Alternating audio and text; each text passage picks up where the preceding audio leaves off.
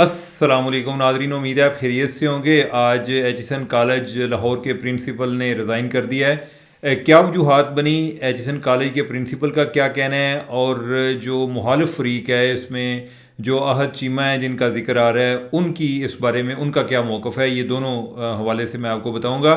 और दूसरी बात, शेर अफजल मरवत ने जो मरीम नवाज़ पे एक इल्ज़ाम लगाया था कि उन्होंने कत्ल के लिए तैयारियां कर ली हैं कि शेर अफजल को कत्ल कराया जाए, तो उसके हवाले से एफआईए में बड़ी एक अहम पेशरफ्त हुई है। और उसमें जो शेर अफजल मरवत है उसके सोर्स को बुलाया गया है, उन्होंने क्या बातें की हैं और उस बारे में आगे क्या होने जा रहा है वो मैं आपको बताऊंगा। तो बात को आगे बढ़ाने से पहले आपको रिमाइंडर के चैनल को सब्सक्राइब करें, और दूसरी बात कि टली को ऑन करें। और मैं आ गया जी वापस। तो नाजरीन, जो एचिसन कॉलेज लाहौर हैं उनके प्रिंसिपल हैं, एक गोरा प्रोफेसर है, गोरा एक प्रिंसिपल है ऑस्ट्रेलिया से, उन्होंने रिज़ाइन कर दिया है। और उन्होंने कहा जी कि गवर्नर हाउस की जो मुदाखलत है उसके में के एहतजाज में उन्होंने रिज़ाइन किया है। अब वजह क्या बनी है? वजह बनी है अहद चीमा, जो कि पहले ब्यूरोक्रेट थे, अभी वो वज़ीर हैं, सेनेट का इलेक्शन भी कंटेस्ट करने जा रहे हैं। इकनॉमिक अफेयर डिवीज़न और इस्टेब्लिशमेंट डिवीज़न के वज़ीर हैं। ये वो मिलिट्री इस्टेब्लिशमेंट नहीं है, ये सिविल ब्यूरोक्रेसी को जो महकमा डील करता है उसको भी इस्टेब्लिशमेंट डिवीज़न कहते हैं, जो फेडरल गवर्नमेंट लेवल पे होता है। तो अहद चीमा साहब के बच्चे जो हैं वो लाहौर में पढ़ते थे एचिसन कॉलेज में, उनकी जो बेगम है वो सरकारी अफसर हैं। जब ये और ये मामला जो है ना सारा, अगर अदम एतमाद ना हुई होती तो प्रिंसिपल रिज़ाइन ना करता। अब ये है कि अदम एतमाद का इससे क्या ताल्लुक़ है? अदम एतमाद का ताल्लुक़ ये है कि जब अदम एतमाद आई और उसके बाद अहद चीमा पीडीएम गवर्नमेंट में एज आ एडवाइज़र आ गए, और उनकी फैमिली भी साथ इधर शिफ्ट हो गई और बच्चे भी इधर शिफ्ट हो गए, और ये मामला तब से चल रहा है। अब ये मामला है क्या? बात यह है कि उन्होंने छुट्टी ली, वो एचिसन कॉलेज से इस्लामाबाद में उनके बच्चे मुंतकिल हो रहे थे, तो उनकी बेगम ने एक एप्लीकेशन दी कि हम उधर जा रहे हैं और आप इस तरह के इनका 3 साल के लिए आप इनको एक ऑन होल्ड कर लें कि 3 साल के बाद ये दोबारा आकर ज्वाइन कर लेंगे। एचिसन कॉलेज का तरीका ये होता है कि अगर कोई छुट्टी लेके किसी और जगह पर जाता है, बाज़ का होता है कि पेरेंट्स की ट्रांसफ़र हो जाती है, तो वो किसी दूसरी जगह पे जाता है ना, तो जब उनकी वापसी होती है तो दो उनके टेस्ट लेते हैं, एक इंग्लिश का टेस्ट लेते हैं और एक मैथ का टेस्ट लेते हैं। अगर वो उनके मेयार पर अभी तक पूरा उतर रहा हो तो एचिसन वाले अपने वो बच्चों को वापस ले लेते हैं। तो आमतौर पे 3-3 साल तक की उनको एक छुट्टी मिल सकती है। उस दौरान बच्चे जो हैं वो जो नई जगह पे होते हैं उधर पढ़ रहे होते हैं। अब यह है कि उन्होंने कहा कि हम उधर तो जा रहे हैं, आप छुट्टी भी देते हैं और छुट्टी के साथ साथ आप इनकी फ़ीस जो है वो भी वेव करते हैं। वेव का मतलब ये था कि हम नई जगह पर तो फ़ीस दे रहे हैं, तो इधर हमारे बच्चे पढ़ नहीं रहे होंगे, तो लिहाजा आप फ़ीस इनकी इधर चार्ज ना करें। और उनकी बेगम ने लिखा कि मैं सरकारी अफसर हूँ और मैं ये जो है ये मैं दो फ़ीसें अदा नहीं कर सकती, कि मैं एक जिधर मेरे बच्चे पढ़ रहे हैं और एक जिधर से छुट्टी ली हुई है, दो जगह से मैं फ़ीस नहीं दे सकती।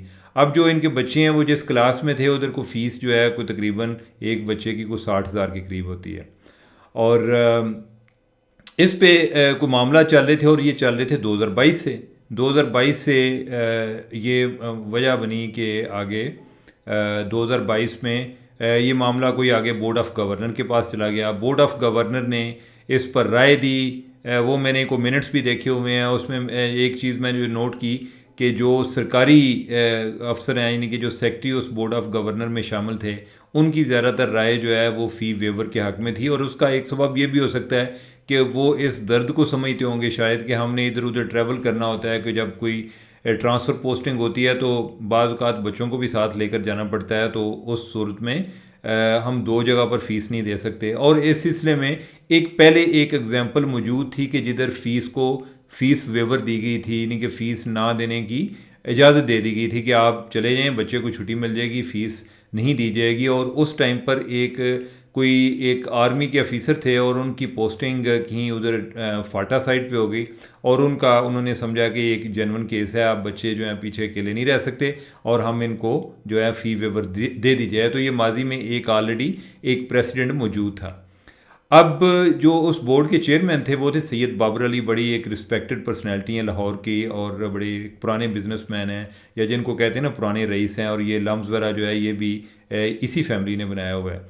तो उन्होंने पहले तो ये राय दी, उन्होंने कहा जी कि छुट्टी तो मिल जानी चाहिए, लेकिन इनको फ़ी वेवर नहीं होनी चाहिए।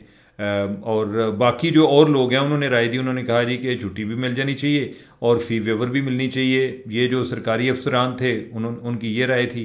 फिर आगे जो कोई पॉलिटिशियन एक दो थे उन्होंने उसमें राय दी हुई थी, जिस तरह हाशिम जवान बख्त, ये जो खुसरो बख्तियार के भाई हैं और पहले पंजाब के वज़ीर ख़जाना भी रह चुके हैं, तो इनकी राय ये थी जी, उन्होंने कहा जी कि अगर फ़ी वेवर देनी है तो फिर आप ये ना करें कि ये जो ब्यूरोक्रेट्स के बच्चे हैं इनको दें, फिर सबको दें, कोई और जो है ये तफरीक ऐसी नहीं रखनी चाहिए। तो खैर ये है कि इन शॉर्ट जो दिसंबर 2022 में बोर्ड ऑफ गवर्नर की मीटिंग हुई, तो उधर जो है अक्सरियत राय से ये उसमें जो प्रिंसिपल हैं जो मौजूदा जो अभी रिज़ाइन कर रहे हैं, इन्होंने भी राय दी, ये फ़ी वेवर के ख़िलाफ़ थे, फ़ीस माफ़ करने के ख़िलाफ़ थे, लेकिन जो एक मेजॉरिटी ओपिनियन थी वो ये थी कि चलें ये फ़ी वेवर दे देनी चाहिए।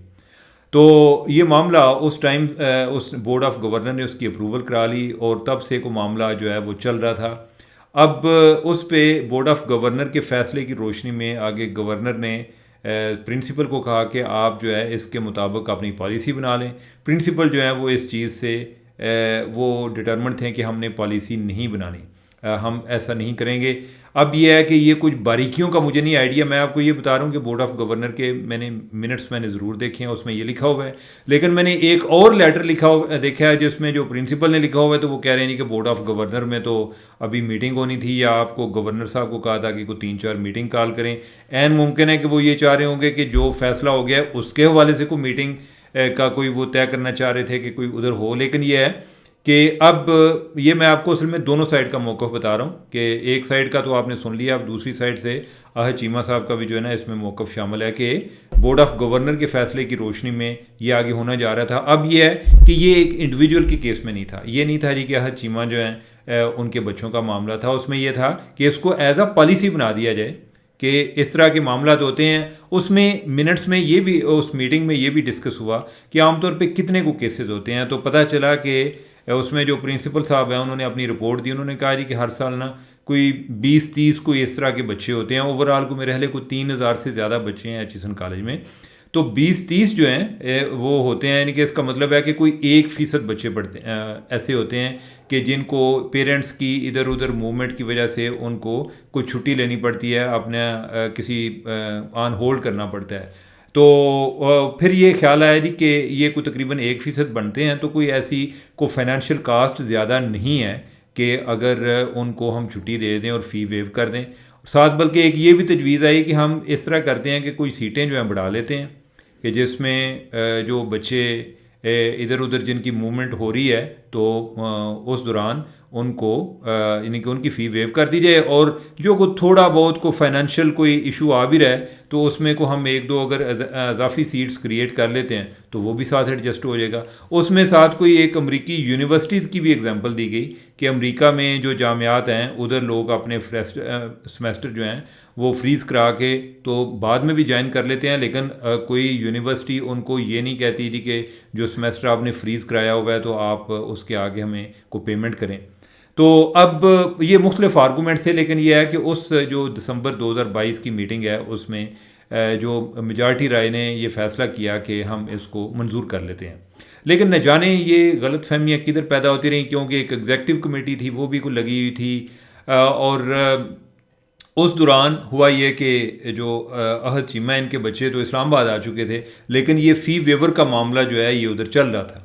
अब उस दौरान उन्होंने जो प्रिंसिपल हैं बकौल अहद चीमा साहब के कि उन्होंने कोई फैमिली को इनकी फैमिली को अप्रोच किया, इनको कहा कि आप जो है ना इसको पॉलिसी वाली साइड पे ना लेकर जाएं, हम आपको इंडिविजुअली को रिलीफ दे देते हैं। कि यानी कि मसलन यह है कि आपके बच्चों को रिलीफ दे देते हैं, लेकिन हो सकता है प्रिंसिपल सोच रहा हो जी कि पॉलिसी की फाइनेंशियल कास्ट ज़्यादा होगी, तो हम जिस तरह पहले एक आर्मी अफसर के बच्चे को उनको एक एक्सेप्शनल केस समझ कर रिलीफ दिया था तो इनको एक्सेप्शनल केस समझ कर रिलीफ देते हैं। लेकिन इन्होंने कहा जी कि नहीं कि हम जो है कोई इस तरह नहीं लेना चाहते, आप जो है आप इसको एज अ पॉलिसी अगर होगा तो हम उसके तहत फिर जो है ना वेवर होगी तो वो ठीक है, इस तरह नहीं होगी। उस दौरान उनके एक बच्चे को पहले इन्होंने स्ट्राक आउट कर दिया। अब यह है कि in the mean while governor ने उनसे रिकॉर्ड मंगवाया कि आप बच्चों का भी रिकॉर्ड दें और अपना जो ऑफिशियल रिकॉर्ड है जिसमें ये सारा बोर्ड ऑफ गवर्नर का जो अप्रूवल वगैरह हुई है वो रिकॉर्ड चाहिए। इन द मीन वाइल उन्होंने को पहले कोई रिकॉर्ड को रिफ्यूज़ कर दिया, फिर कोई 2-2.5 माह के बाद उन्होंने रिकॉर्ड प्रिंसिपल ने वो फ्राहम कर दिया, और फिर जो है उनका जो दूसरा बच्चा है उसको भी फारिग कर दिया। और ये जब दूसरा हुआ तो फिर पहले जो मामला गवर्नर ने प्रिंसिपल पर छोड़ा हुआ था कि आप इसको जो बोर्ड ऑफ गवर्नर ने एक पॉलिसी बनाई है उसकी रोशनी में जो मंजूरी दिया उसकी रोशनी में आप पॉलिसी बनाएं, तो अब यह है कि चूंकि प्रिंसिपल उस पर कोई रिलेक्टेंट थे तो गवर्नर जो हैं उन्होंने मामला अपने हाथ में ले लिया, और फिर यह है कि वो पॉलिसी आई और जो प्रिंसिपल हैं उन्होंने एहतजाजन रिज़ाइन कर दिया। अब ये मैंने आपको बताया है इसमें जो मुझे इसमें असद जो अहद चीमा साहब हैं उनका मौक़िफ़ भी शामिल है, और इसमें मैंने डॉक्यूमेंट्स भी देखे हैं। ये सिर्फ यानी कि मौक़िफ़ नहीं है, मैं आपको बता रहा हूँ कि मैंने बोर्ड ऑफ गवर्नर के कोई मिनट्स भी देखे हैं कि जो दिसंबर 2022 के हुए हैं। ये मामला मैंने आपको बताया कि जब अदम एतमाद के बाद से जो अहद चीमा है ये एडवाइज़र बने प्राइम मिनिस्टर के, तो तब से मामला चल रहा है, क्योंकि बच्चे तो इनके आगे थे। अब फ़ी वेवर वाला इशू जो है ये तब से चल रहा था, उस दौरान 2023 भी आया, 2024 भी आया। मेरी को बोर्ड ऑफ गवर्नर के लोगों से भी बात हुई। अब ये है कि कोई, लेकिन ये भी पता चला जी कि वो प्रिंसिपल जो है वो बड़े रिलेक्टेंट थे इस मामले में। 2023 में भी उन्होंने कहा जी कि मैं छोड़ के जा रहा हूँ, आप अपनी एक सर्च कमेटी बना लें और सर्च कमेटी को इतना हम टाइम देंगे कि वो अपना कोई एक नया प्रिंसिपल तलाश कर लें। और बल्कि इसके हवाले से अखबार में रिपोर्ट भी हुआ अभी के प्रिंसिपल जो है उन्होंने पहले एक कोई फेयरवेल नोट एक अपना जो अपने स्टाफ में सर्कुलेट किया कि मैं जा रहा हूँ और सर्च कमेटी जो है वो इस पे काम कर रही है। तो वो एक समर तक कि मौसम गर्मा तक यानी कि या ये जो अभी नए एडमिशन से पहले का जो टाइम है तब तक वो प्रिंसिपल ने इधर मौजूद रहना था। और इन द मीन वाइल जब गवर्नर की तरफ से एक फाइनल डिसीजन आ गया तो उन्होंने एहतजाजन रिज़ाइन कर दिया। अब एक तो मैं आपको बता रहा हूँ, और मेरी सारी इस गुफ्तगू में आपको लग रहा होगा कि प्रिंसिपल जो है ना वो बड़ा कोई ना ढीठ आदमी है। पहले जो आपने बातें सुनी होंगी आपकी नज़र में प्रिंसिपल हीरो होगा। नाजरीन, मैं अभी भी ये सारी बात सुनाने के बावजूद मैं ज़ाती तौर पे जो प्रिंसिपल के बारे में बातें सुनी हैं मुझे ज़ाती तौर पे अफसोस हो रहा है कि वो क्यों जा रहे हैं। मैंने उनके हवाले से जो सैयद बाबर अली हैं जो कि चेयरमैन थे बोर्ड ऑफ गवर्नर के, उनका भी एक मैंने नोट देखा हुआ है। सैयद बाबर अली जो हैं उन्होंने भी कोई मेरे ख्याल पिछले माह जो है वो बोर्ड की चेयरमैनशिप से रिज़ाइन कर दी है। जो उन्होंने वजह बयान की हुई है, उन्होंने कहा कि मेरी उम्र अब काफ़ी हो गई है और मेरी हेल्थ कंडीशन जो है वो मुझे अलाउ नहीं करती कि मैं ये अपनी ड्यूटी परफॉर्म कर सकूं। लेकिन उन्होंने अपना जो ताल्लुक़ है HSN के साथ वो बताया कि 1934 से लेके बड़े बूढ़े ने, यानी कि बाबा जी काफ़ी उम्र के हैं, यानी कि अभी आप समझें कि उनकी 90 साल उम्र है। तो जो सैयद बाबर अली हैं वो उस टाइम कोई या कोई उससे कोई 2-4 साल बाद वो इधर कोई दाखिल हुए, फिर वो कहते हैं वो बाहर भी रहे, फिर वो कहते हैं कि मैं 1959 के बाद तो मैं रेगुलर HSN के साथ वाबस्ता रहा हूँ किसी न किसी कैपेसिटी में। लेकिन वो इस सारे अमल को उधर से शुरू करके कि अपने ज़माना तालब इल्मी से लेके अभी तक वो कहते हैं कि जो मौजूदा प्रिंसिपल है इससे अच्छा प्रिंसिपल मैंने नहीं देखा, कि जो HSN कॉलेज को ये वाले मौजूदा प्रिंसिपल मिले हैं इससे अच्छा प्रिंसिपल मैंने नहीं देखा। और फिर उनकी खिदमात गिनाई कि किस तरीके से उन्होंने मुख्तलिफ़ काम किए हैं जो एक HSN कॉलेज की इम्प्रूवमेंट के हवाले से, कि हमारी जो एलीट के बच्चे हैं जो हुक्मरान तबके के लोग हैं यानी कि बच्चे हैं उनके वो अच्छी तरह से तालीम याफ्ता और यानी कि उनको अच्छी तालीम मिले, और ओवरऑल कॉलेज की फैसिलिटीज़ के हवाले से जो वो कर सकते थे उन्होंने काफ़ी काम किया है। तो जब मैं उनकी बात सुनता हूँ तो मुझे इस चीज़ पर अफसोस भी है। अब होता ये है कि बाज़ कात किसी बंदे का एक साइड आस्पेक्ट उसका अच्छा होने का मतलब ये नहीं है कि वो हर लिहाज से अच्छा होता है। यानी कि बाज़ कात होता है कि कोई आदमी जो है वो अपनी बात पे अड़ भी जाते हैं तो बहुत ज़्यादा अड़ जाते हैं। मैं ये भी नहीं कहता कि जो प्रिंसिपल है उसका जो मौक़िफ़ है को वो कुछ सरासर गलत था। मैंने आपको एक स्टेटमेंट ऑफ फैक्ट बताई है कि चीज़ें किस तरह से चल रही थी। प्रिंसिपल जो है वो शुरू से एक विदाउट फीस जो एक वेवर जो है ना फ़ी वेवर देने के ख़िलाफ़ थे कि अगर बच्चे किसी और स्कूल में जा रहे हैं और वो HSN में अपनी सीट रखना चाह रहे हैं तो उनको फ़ीस देनी पड़ेगी, अगर वो नहीं रखना चाह रहे तो फिर तो खैर वो गए, हम उनको अल्लाह हाफ़िज़ कहेंगे। अब यही इधर से मामला चला और ये जो टेंशन है बिल्ड होते होते अब इस स्टेज पर आ गई कि जिसमें प्रिंसिपल ने रिज़ाइन किया। अब मैं प्रिंसिपल की जो बातें आपको बताई हैं सैयद बाबर अली के हवाले से, अच्छे इंसान हैं, यानी कि हमें इस तरह के लोग चाहिए थे। दूसरी तरफ अगर मैं जो अहद चीमा की बात करूँ, अहद चीमा के हवाले से आपको कोई प्रोफेशनली साउंड किस्म का अगर कोई ब्यूरोक्रेट मिले तो अहद चीमा की रेपुटेशन उसके हवाले से पूछिएगा कि वो कितने अपने काम के हवाले से कितने एक अहल तस्वर किए जाते हैं। मैंने तो एटलीस्ट मुझे कोई ऐसा बंदा नहीं मिला, हर एक ने उनकी बड़ी तारीफ़ की है जी कि बहुत यानी कि एक एक्स्ट्राऑर्डिनरी किस्म की एक उनकी एक सलाहियतों के मालिक हैं। तो अब ये है कि सारे अमल में जो ओवरऑल है ये एक पाकिस्तान का भी लॉस है। ओवरऑल ये अलबत्ता इस सारे अमल से ये तासर भी गया है कि जैसे एक रूल ऑफ लॉ जो है उसको एरोड किया गया है। और एक ये भी हो सकता था कि अगर कोई मामला इतने टेंशन बन जाते तो बाज़ का ये होता है कि जब आप एक अहम पोजीशन पर होते हैं तो उधर नुकसान भी हो रहे होते हैं कि आप कोई वज़ीर हैं और आपका कोई इशू चल रहा है, तो लिहाजा अगर उसमें अगर कोई दूसरी साइड यानी कि आपका पल्ला भारी है या आप जीत गए या दूसरी साइड प्रोटेस्ट करेगी तो आवाज़ भी बहुत दूर तक जाती है, इसको अवॉइड भी किया जा सकता था। अच्छा, दूसरा इसी से रिलेटेड लेकिन ये है कि ओवरऑल इसमें हमारे एक मिजाज की भी बात है कि हमारे एक और वज़ीर जो कि अभी वज़ीर नहीं है, वो केयर टेकर मिनिस्टर थे, उनके हवाले से सुनने में आया, उनका बच्चा जो है वो बी एचिसन कॉलेज में पढ़ता है, उनके हवाले से आया जी कि सुनने का, वो कहते हैं जी कि जो वो प्रिंसिपल को ये इसरार कर रहे थे कि उसको जो है ना बेस्ट लिविंग बॉय डिक्लेयर किया जाए। नहीं, मतलब ये है कि आप समझें कि जैसे मेरे ख्याल है कि फ़र्स्ट पोजीशन कह लें जी कि ये मेरी क्लास का ये जो जिन्होंने ए लेवल किया है तो उसमें जो ही वाज द बेस्ट, यानी कि मैं तो एचिसन कॉलेज में पढ़ा नहीं हुआ, तो मैं जो उसका मतलब समझाऊँ वो ये है। कोई साथ ये था, अच्छा उसमें एक इंटरेस्ट क्या था जी कि जो है ना इस सूरत में उसके हार्वर्ड यूनिवर्सिटी में चांसेस ज़्यादा बन जाते हैं। दूसरा उसमें कोई उन्होंने कोई एक स्कॉलरशिप के हवाले से लिखा हुआ था या बोला हुआ था कि अगर आप उसके लिए उनको रिकमेंड कर दें। और वो जो वज़ीर हैं जिनका मैं जिक्र कर रहा हूँ या जिनके हवाले से बात चल रही है, वो ख़ुद भी एचिसोनियन है। अच्छा, और ना सिर्फ एचिसोनियन है, बाहर भी वो आला यूनिवर्सिटी से, आला जामिया से पढ़े लिखे हैं।